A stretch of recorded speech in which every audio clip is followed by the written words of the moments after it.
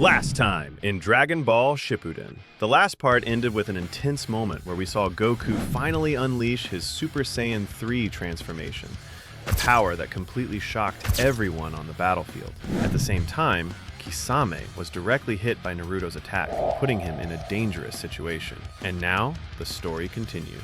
This is part 6 of Dragon Ball Shippuden. In the first panel, we see Kisame on the brink of death after taking Naruto's attack. His body is barely holding on as he falls through the air. But before he can crash down, Samehada suddenly rushes toward him. The living sword quickly attaches itself to Kisame and begins healing his injuries, rapidly restoring his strength. Jiraiya notices this and is clearly shocked. In his mind, he realizes what's happening. So that's how it works. Samehada can heal him. In just a few seconds, Kisame is completely restored. Jiraiya then speaks up and tells Goku that he'll handle this one himself. Kisame, however, immediately senses the dangerous aura radiating from Jiraiya's body, and it clearly surprises him. He realizes what's coming. That poisonous chakra attack, Kisame says to himself. If he hits me with that, I won't be able to regenerate anymore. He then turns to Itachi and admits something serious. Itachi, they've already studied how I fight. That means I won't be able to protect you anymore. Kisame understands the situation clearly. In other words, if nothing changes in our situation right now, this might be where it all ends for us. Itachi calmly responds, Kisame, you already know the answer, don't you? If I release that power just to help you, he could destroy it in a single second. Then Itachi admits something unexpected. However, I've come to the same conclusion as you. No matter what the outcome is now, I've already lost. My fate has already been sealed here. But he adds one final thought. You might still have a chance. After hearing all of this, the worry on Kisame's face becomes obvious. Meanwhile, the scene shifts to the female Saiyan, who is lying on the ground after the intense battle. She slowly speaks. In that case, we have a deal, Son Goku. We'll help you bring them back. Goku calmly replies, it's true that I've taken a lot of damage. Based on my estimate, a well-executed level 2 attack could defeat me. Then he smirks slightly. That is, if you can actually hit me. Goku looks directly at her. Look at yourself. Don't you realize that I've been holding back this entire time? He continues bluntly. And judging by your abilities, the only opponents you can defeat are weak ones. Hearing this immediately angers the female Saiyan. Who are you? She demands. Who do you think you are to say something like that to me? Suddenly, an overwhelming burst of ki explodes from her body. The sheer power causes the ground to shake violently, triggering a massive earthquake. Then, right before everyone's eyes, the female Saiyan transforms. Her hair grows longer, her power skyrockets, and lightning crackles around her. She is transformed into Super Saiyan 3. Seeing this transformation actually excites Goku. The female Saiyan then looks at him and says confidently, just like you said, I only need one attack. Only a few seconds later, the female Saiyan suddenly launches a powerful kick toward Goku, but the attack is instantly blocked by the hero. Goku looks at her and responds calmly, what exactly are you talking about? His reaction only makes the female Saiyan even angrier. Just shut up, she snaps. At that moment, the two of them begin exchanging powerful blows. Their attacks collide again and again, each impact shaking the ground and causing massive tremors across the battlefield. The shockwaves are so intense that even Itachi can feel them from his current location. As Itachi stands there watching the battle unfold, he suddenly turns to Jiraiya and asks a quiet but serious question. After I die, what will happen to my younger brother, Sasuke? Jiraiya and Naruto are both surprised by the sudden question. Jiraiya answers honestly, to Konoha, your brother suddenly disappeared. Because of that, they'll consider him a traitor. Naruto immediately becomes angry after hearing those words.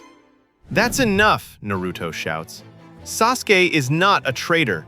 Even if everyone else turns their backs on him, I never will. Naruto clenches his fists as he continues. I'll save him, because he's my friend. After hearing Naruto's words, Itachi simply smiles. In the next moment, Itachi suddenly throws several shuriken toward Jiraiya and Naruto. Kisame. The attack instantly creates a thick smoke screen as the mist spreads across the battlefield. Mist? Jiraiya mutters. The female toad beside him quickly analyzes the situation. With winds this strong, that smoke won't last very long. Meanwhile, Kisame continues releasing more and more mist, trying to protect Itachi, who can no longer move. But even so, the thick smoke begins to fade quickly.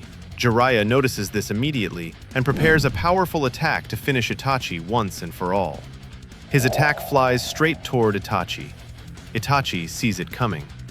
At that moment, memories of his younger brother Sasuke suddenly flash through his mind, the happier days they once shared. But before the attack can reach him, Kisame suddenly jumps in front of Itachi and blocks it, taking the full hit himself. Kisame grimaces in pain, but still manages to speak. "Seriously, Itachi, you're such a pain," he then adds with a grin. "I'll give you 3 minutes, and not even 1 second more." At that moment, Kisame begins pulling out the sharp strands of Jiraiya's hair that had pierced into his body. Then he says one more thing. "If we survive this, you're treating me to a meal at your favorite restaurant." Meanwhile, the scene shifts to a location far away from the battlefield. From the distance, we see Zetsu quietly observing everything that's happening. Suddenly, someone arrives. Zetsu speaks first. "It's not like you to put yourself in danger like this." Moments later, Obito appears. "So, what's the situation right now?" he asks. Zetsu immediately explains. "Itachi is currently fighting a mortal with extremely powerful chakra. Meanwhile, Kisame is trying to protect Itachi from Jiraiya and the Nine Tails." Obito pauses for a moment. "They're fighting Jiraiya and Naruto?" he asks. Zetsu tilts his head slightly. "Who is Naruto?" Obito responds calmly. "He's that kid." Zetsu seems surprised by this. "Interesting. I didn't expect you to know one of the Jinchuriki." Obito simply shrugs. "Not really. He just happens to be the one we're looking for." But at that exact moment, a massive earthquake suddenly erupts from the direction of Itachi's battlefield. The ground trembles violently, catching Zetsu completely off guard. "Wow," Zetsu mutters. "I don't understand this. Considering the huge gap between their power levels, Itachi shouldn't even need to use genjutsu against that creature." Obito calmly responds, "The amount of chakra doesn't really matter when it comes to genjutsu." He continues explaining, "Even though I'm far weaker than the Nine Tails, I was still able to place it under my genjutsu." Obito then reveals how genjutsu truly works. The purpose of genjutsu is to manipulate the flow of chakra in the enemy's brain, forcing them into a controlled, dreamlike state.